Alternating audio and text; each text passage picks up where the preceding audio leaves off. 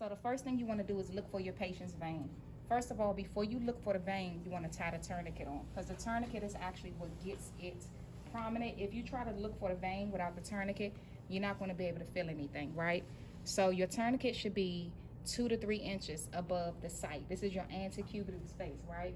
It should be at least 2 to 3 inches. So what you can do, you could use 2 to 3 fingers to measure it. So we're going to put the tourniquet on your patient's arm. When you tie your tourniquet, the best way to tie it is to cross it and then tuck it, okay? So when you cross it here, you're going to tuck it right there, okay? So you tuck it there, your tourniquet's on. Now you want to feel for your vein.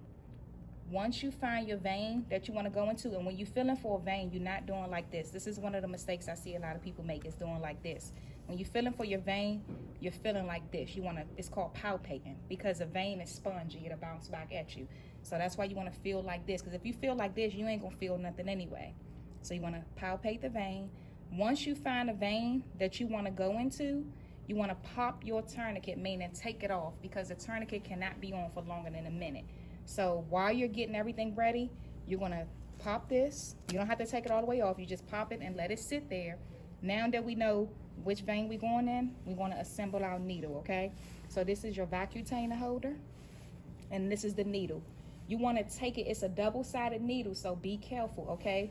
The black side is the side where the needle is that you're going to stick with. This is the side that you're going to attach the tube on, okay? So we're going to take it off from this way, the clear side. Y'all see that? There's a needle inside there. So we're going to assemble that. Got that ready. We got our tube ready. So now I'm going to put my gloves on. Now it's optional to look for a vein with your gloves on. I've been doing it for a while so I can feel for the vein with the glove on, but you do not have to have your glove on while you're looking for a vein. Once you get everything ready, you want to put your gloves on and clean your area.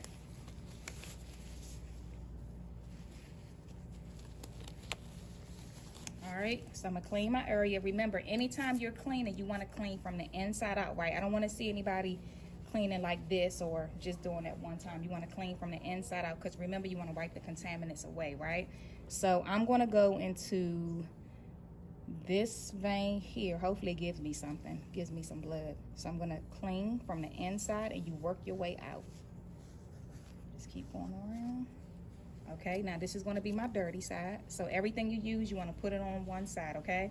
So now that I have everything ready, now I can put my tourniquet back on. So you don't put your tourniquet back on until you're ready to stick, okay? Because remember, you don't want it on for longer than a minute.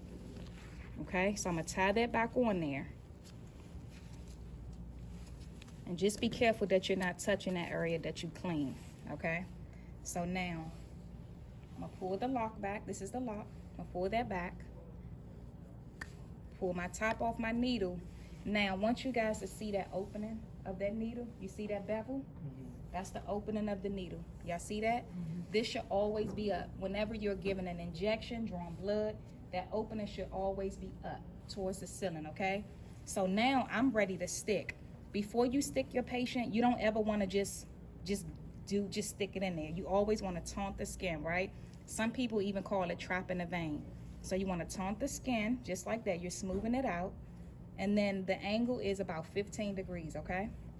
So you want to go in, keep that needle still. Now notice I'm using my 3 fingers, so you could use 2 or 3 fingers. Make sure your hand is relaxed on your patient's arm, okay? Because you don't want that needle moving. If you just go in like this, that needle is going to move. So you want to keep these 2 fingers or 3 fingers relaxed on your patient's arm. Make sure you don't have your fingers covering these wings, these flanges, okay? So you want to go in. Now that I have my needle in, I'm going to take the tube, and then as I'm going in, you want to come around and see, or you good? You can see? Okay. So as you're going in, you want to hold on to your flanges. These flanges are going to be your best friends while you're drawing blood when you're exchanging these tubes, because your flanges holding on to it when you go in is going to keep that needle still. Because if you just push that needle in, then if you just push the tube in there, the needle is possibly going to jerk in there, okay?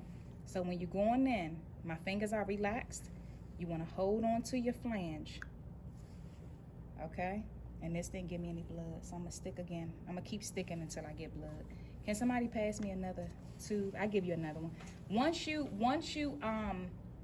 you puncture it, it's not gonna work. So you gotta always get a new tube. Now this arm has been used so many times. See it? You have to find on these arms that are vein that's gonna give you blood. So let's see. So let's try this one. Insert that needle in. Hold on to your flange. Okay, so this one gave me blood, right?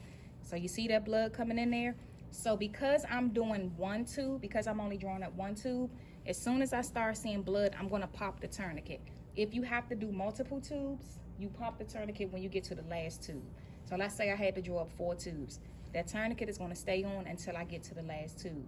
So once this filling up with blood, pop that tourniquet, and remember your fingers are relaxed, because as you pop in a tourniquet, that arm may move.